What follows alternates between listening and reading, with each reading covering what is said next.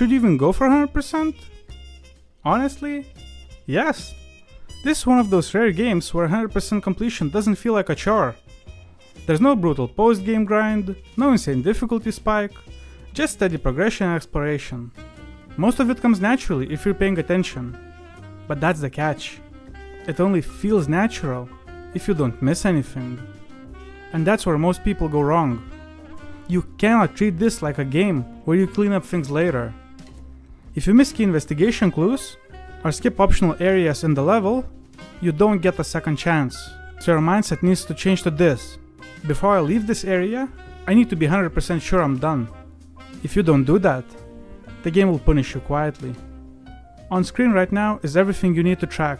You can pause and have a look, and I'll move on to the run killers, clues and side quests. This is where most 100% runs break. For investigation clues, some of them are optional for progression, but they're not optional for 100% completion.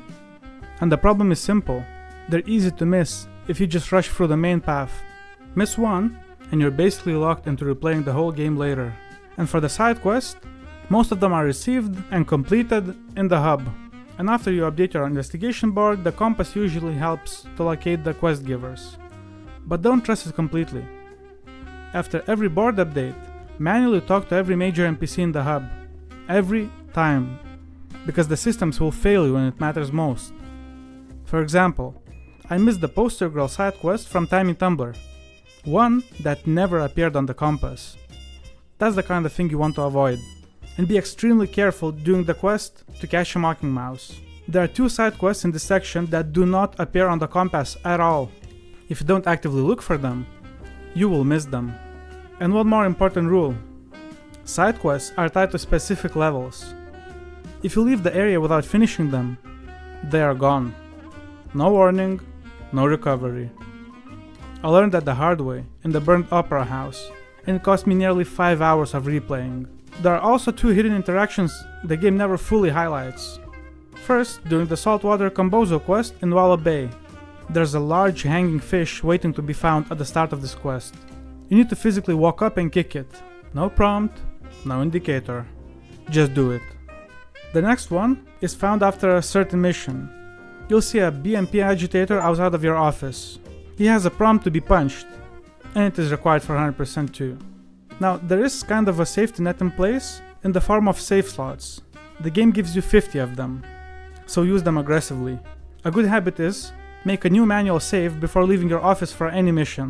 That way, if you miss something, you can just reload that mission instead of replaying the whole beginning of the game. Now, there's only one part of the game that I would consider grindy, and it's a baseball minigame. You need to get 30 wins in total. Each match takes around 4 minutes, so if you leave it for the end, you're looking at about 2 hours of pure minigame grinding. Do yourself a favor. Sprinkle it in after missions. It barely feels like a grind if you do it that way. So, to sum it up, don't rush, talk to everyone, never leave a level without finishing everything in it, and use your saves like a safety net, not an afterthought. The game does warn you before the final point of no return, but if you followed everything here, you won't need to worry about it. And that's everything you need to know before going for 100% Mouse P.I for hire. Now I'm curious, what's one thing you missed that forced you to replay the most? Thanks for watching. Soma signing out.